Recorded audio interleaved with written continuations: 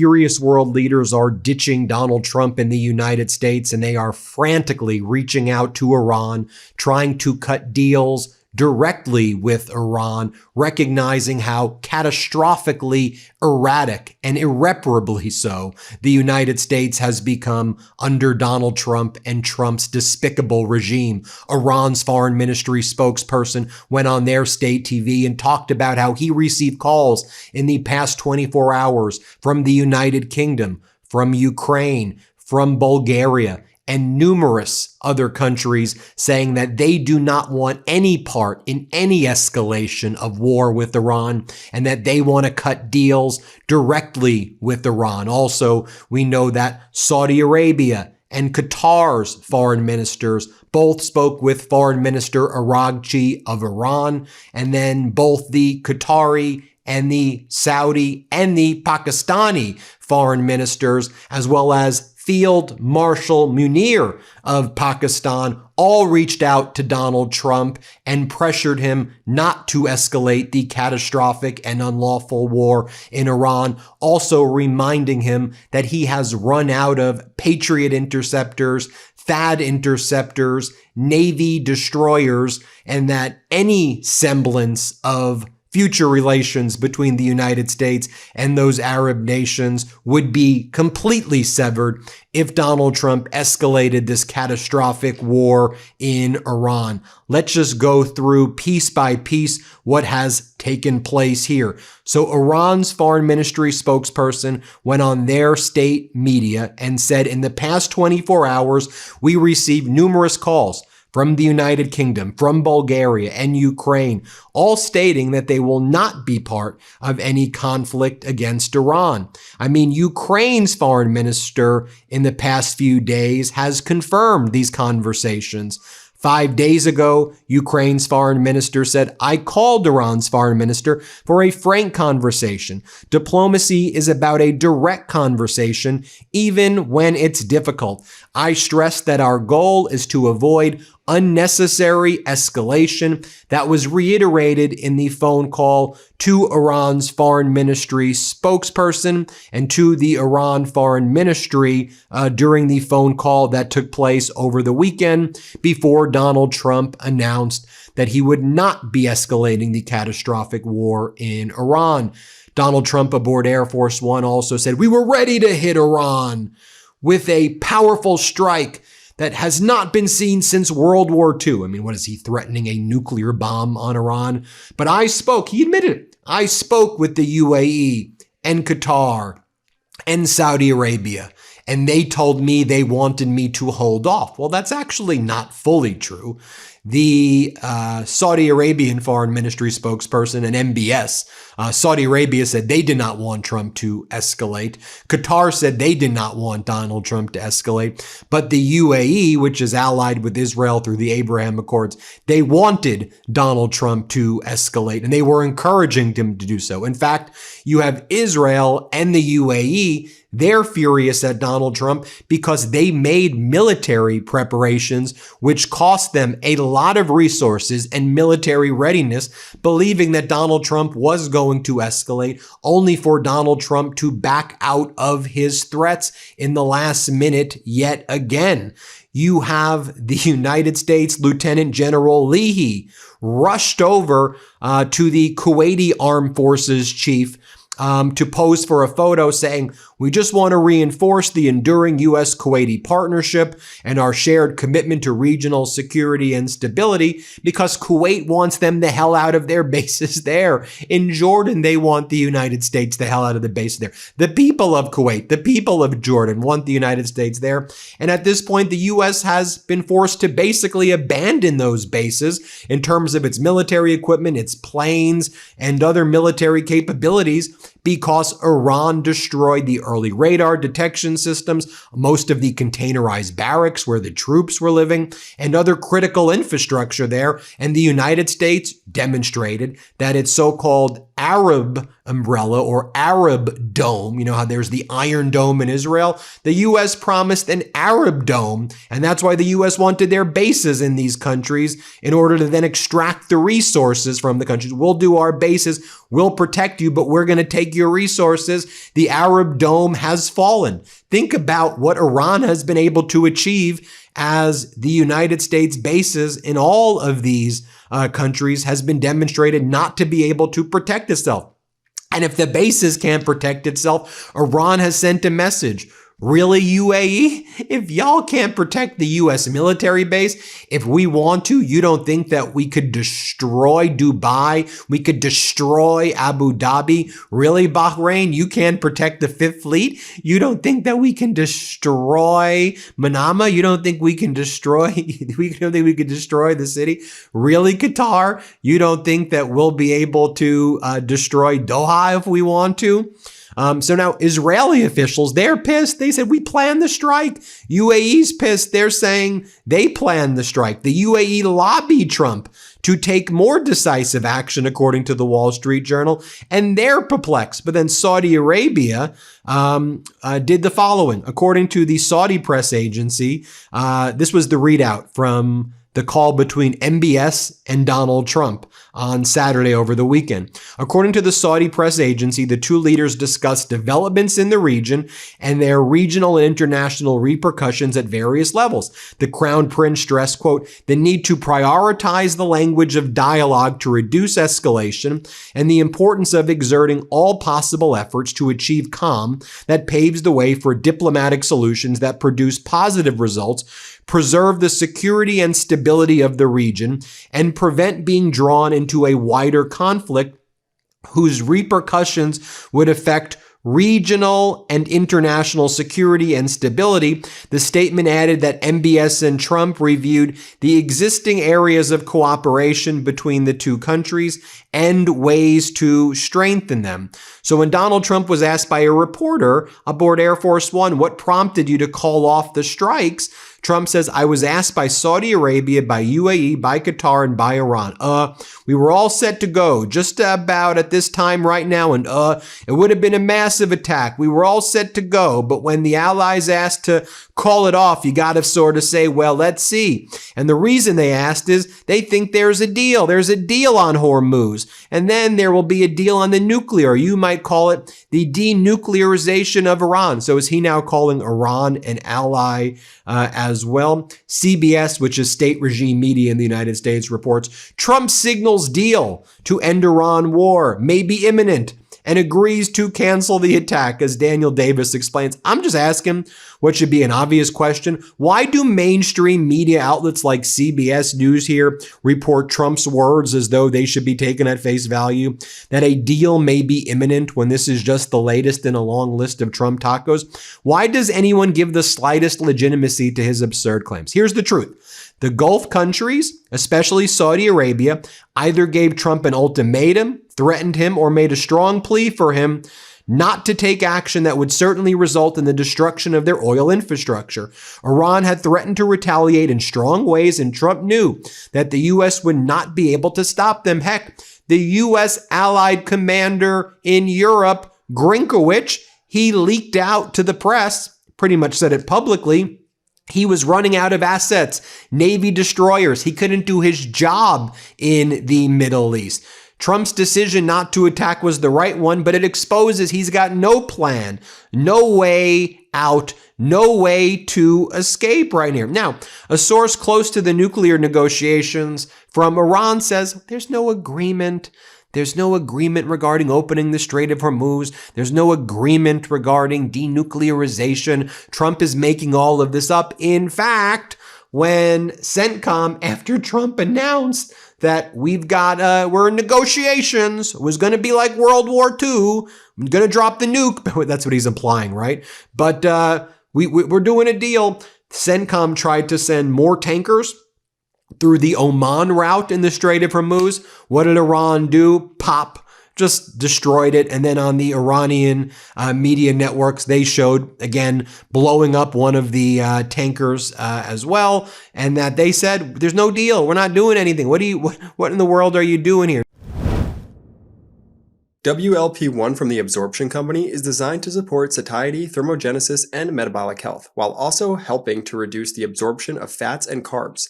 It's a science-backed approach for people looking to support their goals without going to the extremes. See, a supplement can only work at the level your body absorbs it. We spend so much time talking about ingredients, dosages, and wellness trends, but absorption is the factor that determines whether any supplement can actually deliver results. The Absorption Company is bringing a science-first approach to the supplement industry with advanced delivery technologies designed to increase bioavailability at a pharmaceutical grade level. The Absorption Company is singularly focused on solving the biggest problem in supplements: low absorption. Most supplements absorb at less than 16%, meaning over 84% of the supplements we take are completely wasted. 77% of Americans take supplements daily, and we spend about $60 billion per year on supplements. Yet, over 95% of us are still nutrient deficient. The supplements we're taking every day do not absorb well enough to work. The Absorption Company uses cutting-edge technologies to make supplements with pharmaceutical-grade absorption up to 149 times better than standard supplements. Absorption is one of the things that affects all others. No matter how powerful vitamin D, magnesium, CoQ10, or any other supplement could be, it only works if it absorbs. Whether you're looking for a WLP-1, magnesium, berberine, CoQ10, or dozens of other science-backed supplements, start taking supplements your body can actually absorb. Go to absorbmore.com and enter Meidas at checkout for up to 35% off your first order. That's absorbmore.com and enter Meidas at checkout for 35% off your first order. Now, another sign of Donald Trump's utter weakness and the fact that he's utterly panicked, it's connected to the catastrophic war in Iran. As a result of the catastrophic war in Iran, oil shortages in Japan, and just also you have their kind of far right-wing MAGA leader Takaishi kind of screwing things up the same way Javier Milei in Argentina did, and both because they're Trump bootlickers getting bailouts from Donald Trump. But Donald Trump trying to now intervene to throw billions of dollars to prop up the yen, to prevent the yen from collapsing. Treasury Secretary Bessent is trying to project that this is strength. It isn't. The worry is that if Japan tries to further bail itself out, it would have to dump U.S. treasuries. They're like the biggest holder of U.S. treasuries. And already the U.S. bond market is terrible. I mean, the 30-year treasury yield, I'm not being hyperbolic. It could hit 5.5% soon. I mean, it is horrific. And that just means the U.S. is going to have to pay more interest on its debt. And the interest alone, is going to cause again, an inability to ever reduce the deficit. Okay, while all of this is, let me just read for you what some of the military assessments are. Robert Niblett, former director of the Chatham House independent think tank in the UK, says, this is a strategic loss and an embarrassment for the United States, U.S. allies, and those who rely on the U.S. for security. This is confirmation you can't trust the United States. He continued, people won't forget that their security and their futures were dragged into question by an unpredictable and wavering U.S. foreign policy.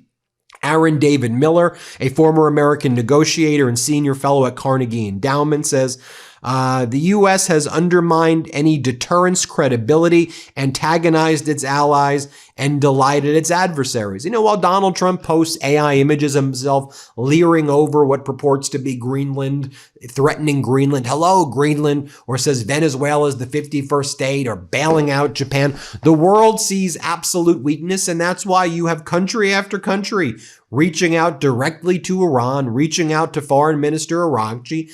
They know that Iran is allied with China. They know the new security umbrella in the region is going to be a Chinese security umbrella, not a U.S. And frankly, the Arab nations are welcoming a Chinese security umbrella over a U.S. Trump security umbrella, which showed to be complete and utter weakness right before our very eyes. Now, I want to share this with you as well. I think it's very important. We heard recently from Senator Kelly, Mark Kelly. He was recently interviewed by Katie Couric, Love Katie Couric.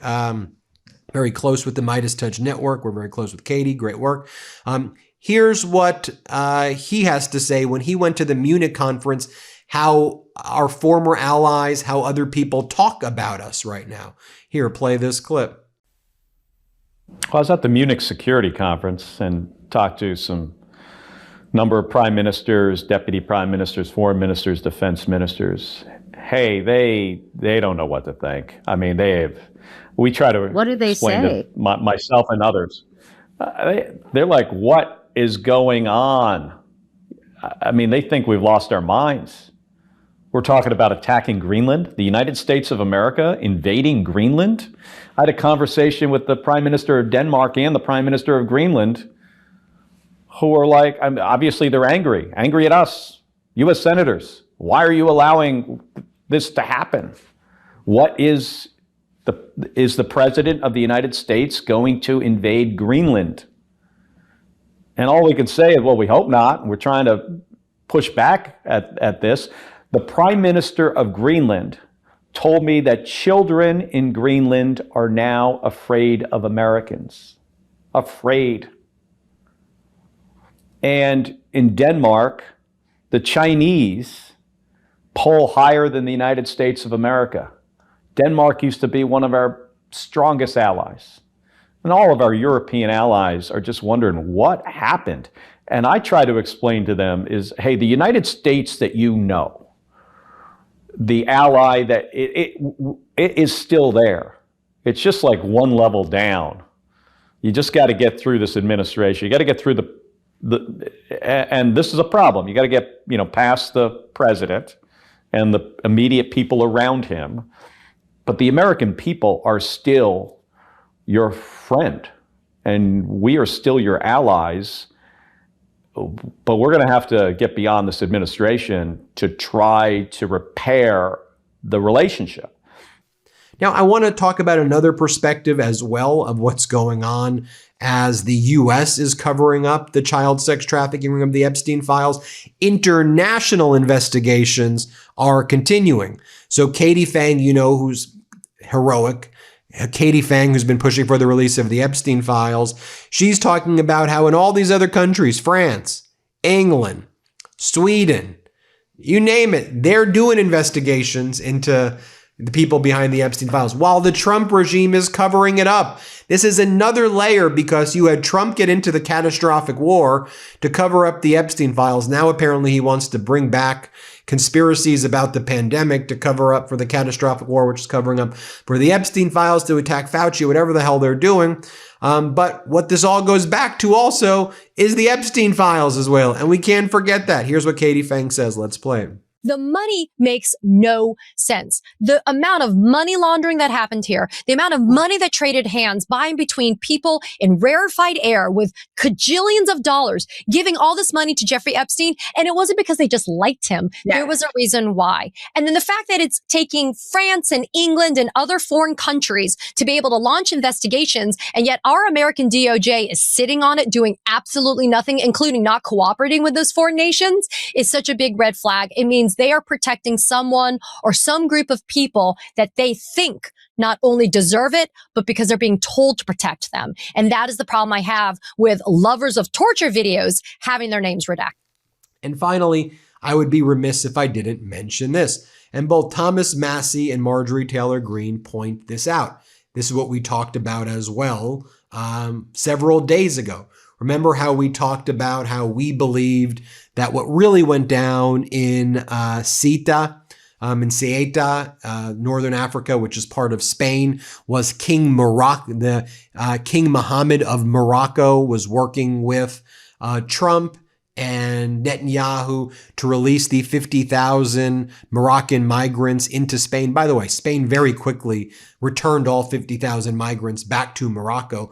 But this whole thing was an op by Trump and Netanyahu and the dictator of Morocco in order to create these visuals. One, to attack Spain after Spain, again, refused to allow the United States to use its bases and airspace for the catastrophic and unlawful war in Iran.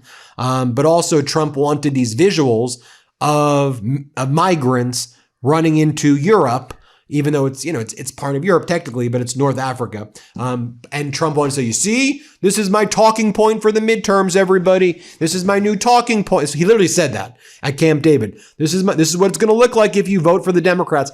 This was an op. And what Massey and Marjorie Taylor Greene point out is what I was showing you, that about $20 to $40 million was given by the United States State Department to Morocco before this operation took place, for unallocated funds, likely for this purpose.